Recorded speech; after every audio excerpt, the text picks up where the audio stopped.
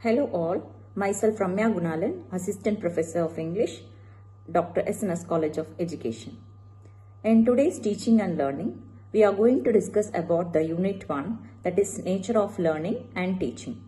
Before entering into our learning part, let us know what is meant by learning. So learning is not limited to schools, which is happening in our day-to-day life. Once after our birth, by adapting to the new environment, we learn. The word learning obviously means us to think of study and classroom related activities. When we think about various subjects and skills we intend to master in school. Come, let us see today's topics, that is learning and teaching.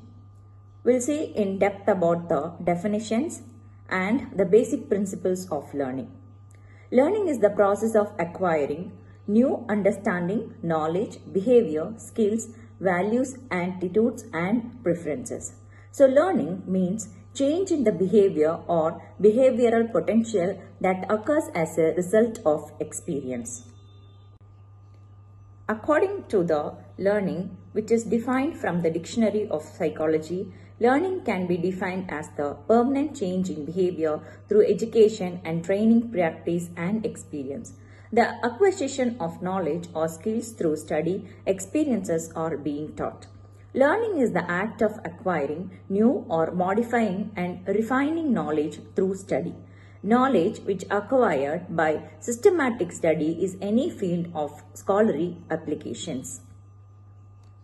Let us see the definition of learning. Learning is acquiring any skill that enriches your life. It doesn't have to be taught out of a book or by a teacher. Rather, you may acquire it through your own exploration, through sharing or by instruction from anyone, not necessarily a teacher. This is said by Angeline Single. So learning is a temporary, permanent change in the behavior or attitude of a person over time.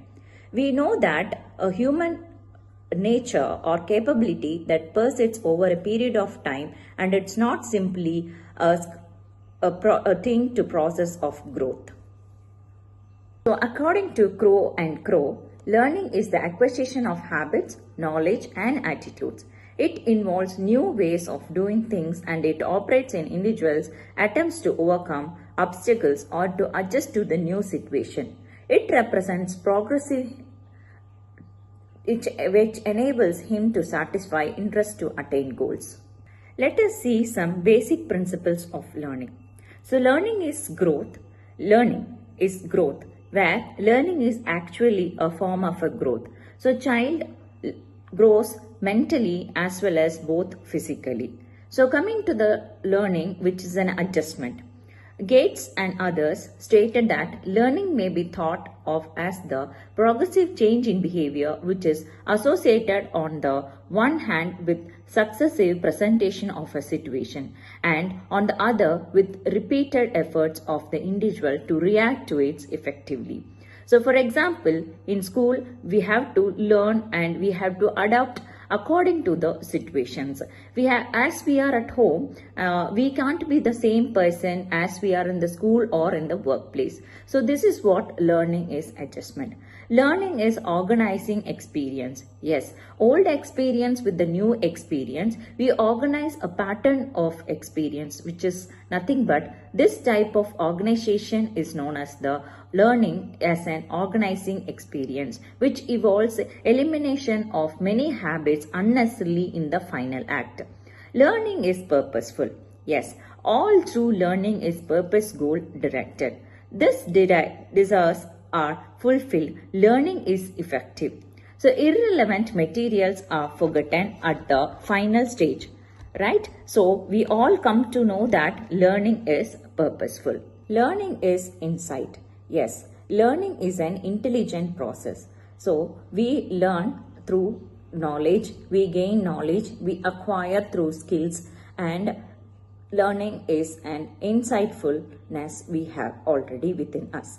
And learning is an action. It is action. It is natural outcome of individuals meet to his basic and normal needs. Learning is self-learning. So he should come active participant in learning process. a student should participate actively in the classroom. There he will learn, and the progressive methods of teaching he can adopt while he takes place as an active listener. So, learning is action. Learning is both individual and social. The family, good or bad, the community, the gang, the films, the religious places and other institutions have tremendous influence on the child and are always affecting his behavior pattern. So, individual minds always affected by conscious and unconscious stages. Likewise, the student or the child will receive the dreams in an unconscious manner.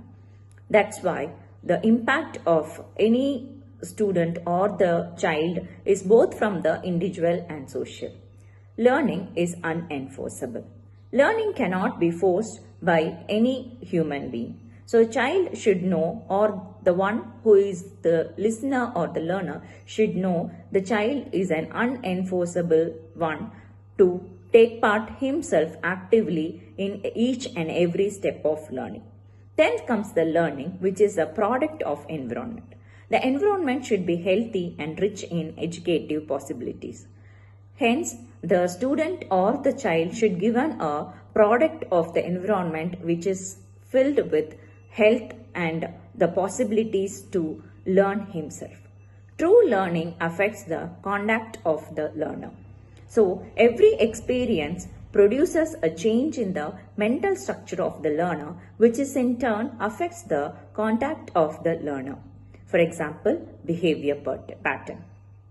Then comes the learning as a whole.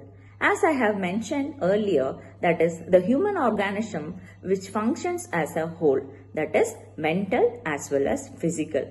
Both students should grow. Then it becomes a learning as a whole. Next comes the learning, which is frequently depends upon the insight. Insight is nothing but the flash of understanding. The ability to gain insight depends upon interest, previous knowledge and intelligence. For example, if there is a dull child, the teacher should give more assistance to enable him to grasp the situation. So these are the basic principles of learning. Thank you.